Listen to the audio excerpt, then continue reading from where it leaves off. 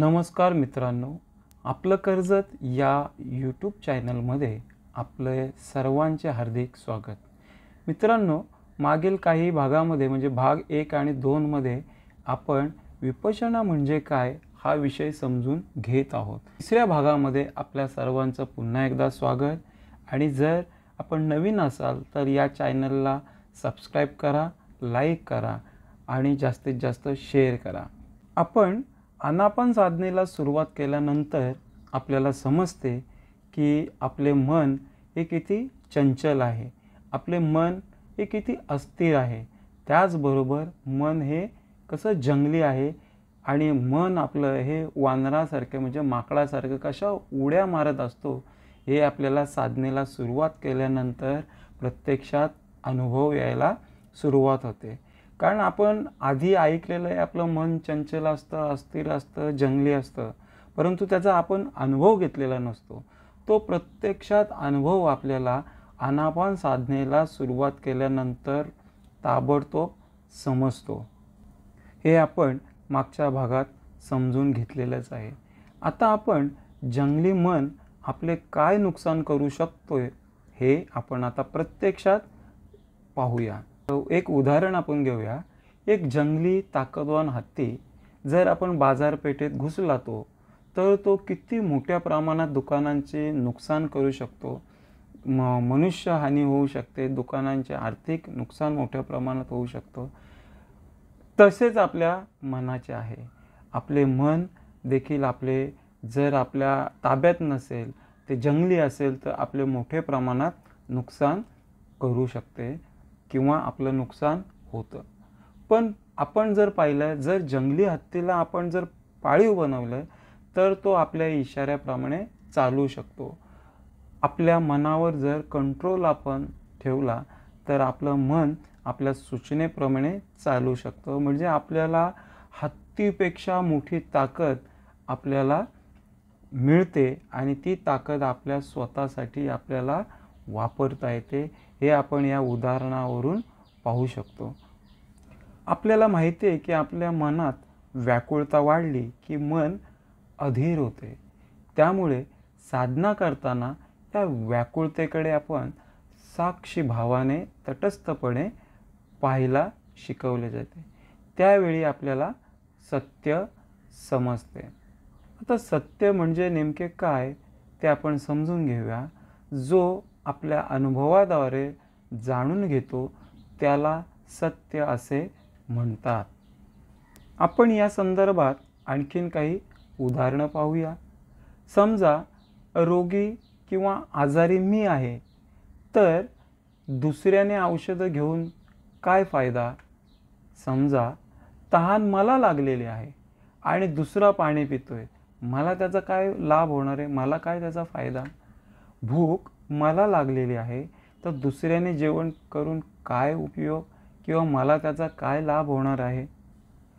म्हणजे माझा रोग असेल, माझी भूक असेल, माझी तहान असेल, हा दुसरा कशी पूर्ण करणार? व्याकुळ मी झालेलो आहे तर माझी व्याकुळता दूर कशी घालवणार? म्हणजे मी जर व्याकुळ झालेलो आहे तर मला माझी व्याकुळता मलाच दूर केली पाहिजे। भूक मला लागले तर मी जेवलो पाहिजे, मी आजारी आहे तर मी औषध गोळ्या खाल्ल्या पाहिजे, मला तहान लागले तर मी पाणी पिलो पाहिजे। हे आपण समजून घेतलं पाहिजे। तरीही काही वर्ग असा असतो की त्याला कितीही चांगल्या प्रकारे सांगा तरी तो व्याकुळच राहतो। कारण त्याला जे सांगितलेले आहे किंवा त्याला ज्या मार्गाने जायला सांगितलेलं आहे तो त्या मार्गाने जात नाही। ज्या पद्धतीनं ध्यान साधना शिकवली आहे किंवा समजून सांगण्याचा प्रयत्न करीत आहोत तरी तो मार्गाने जाण्याचा प्रयत्न करत नाही किंवा ज्या पद्धतीने शिकायला पाहिजे तो शिकत नाही। आता आपण एक उदाहरणासाठी बुद्धांच्या काळातली घटना समजून घेऊया। बुद्धांच्या काळातील घटना, त्यावेळी श्रावस्ती नगरात विपश्यना शिकण्यास अनेक लोक येत असत, धर्मचर्चा ऐकत असेच एकदा एक व्यक्ती बुद्धांकडे येतो आणि म्हणतो, मी तुम्हाला एक प्रश्न विचारू का? बुद्ध अनुमती देतात.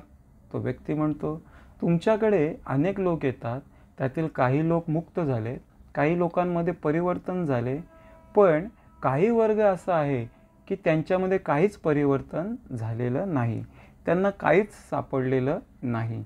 आपल्यासारख्या व्यक्तींकडे आल्यानंतर काही होत नाही, तुम्ही त्यांना तारत का नाही? त्या वर्गापैकी मी एक आहे, असा प्रश्न बुद्धांना त्या व्यक्तीने केला. बुद्ध त्या व्यक्तीकडे बघून स्मित हस्ते करतात आणि त्याला प्रतिप्रश्न विचारतात, तू कोठे राहतो? तो म्हणाला, श्रावस्तीमध्ये. बुद्ध म्हणतात, नाही, तू श्रावस्तीचा नाही. तो व्यक्ती म्हणतो, बरोबर, मी मगधमधील राजगिरीमध्ये राहतो. बुद्ध म्हणतात, श्रावस्तीपासून राजगिरीचा रस्ता तुला माहीत आहे का? होय महाराज, चांगला माहीत आहे. मी अनेक वेळा त्या रस्त्यावरून चाललेलो आहे. मग कोणती व्यक्ती तुला राजगिरीचा रस्ता विचारते तर तू त्या व्यक्तीला हा रस्ता सांगतोस का नाही? होय महाराज, मी सांगतो. मग तो व्यक्ती राजगिरीला पोहोचतो का कसे? महाराज, मी सांगतो, समजवतो, पण ते त्या मार्गाने चालले तर पोचतील ना. बुद्ध म्हणतात, मी पण तेच सांगतोय ना, पण मी सांगितलेल्या रस्त्यावर जे चालतात ते मुक्त होतात, पण जे चालत नाही त्यांना त्याचा लाभ होत नाही. आपण समजून घेतले पाहिजे की आपल्या मनाला मैले कुणी केलं आहे? मीच ना. मनात गाठी कुणी बांधल्या आहेत? मी ना. मग त्या मनातलं मैल हा आपणच दूर केला पाहिजे. मनातल्या गाठी आपणच खोलल्या पाहिजेत. प्रत्येक व्यक्ती आपल्या अज्ञानामुळे आपल्या मनाला मैला करत असतो, मनात गाठी बांधत असतो. त्यासाठी मनातील मैल दूर केला पाहिजे. मनातील गाठी आपणच खोलल्या पाहिजे. त्यासाठी स्वतःच आपण त्या मार्गाने चालले पाहिजे. म्हणजे आपल्याला जो मार्ग दाखवलेला आहे, जी विपश्यना आपल्याला शिकायचे, त्या विपश्यनेला तंतोतंत आपण फॉलो केलं पाहिजे. त्याप्रमाणे आपण शिकलं पाहिजे, तरच आपण त्या मार्गावर पोहोचू शकतो. आणखीन एक उदाहरण घेऊन आपण समजून घेऊया. धर्माचा रस्ता नेमका कोणता, असा एक प्रश्न विचारला गेला आहे. एक वृद्ध महिला बुद्धांकडे आली आणि म्हणाली, भगवंत, मला धर्माचा सरळ अर्थ सांगा. बुद्ध म्हणतात, धर्माचा सरळ अर्थ आहे.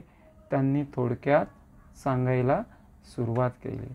भगवंत म्हणतात, सब पापस अकरणम कुशल उपसंपदा, म्हणजे सर्व पाप कर्मापासून दूर राहा आणि कुशल कर्मांचा म्हणजे चांगल्या कर्मांचा संचय करा.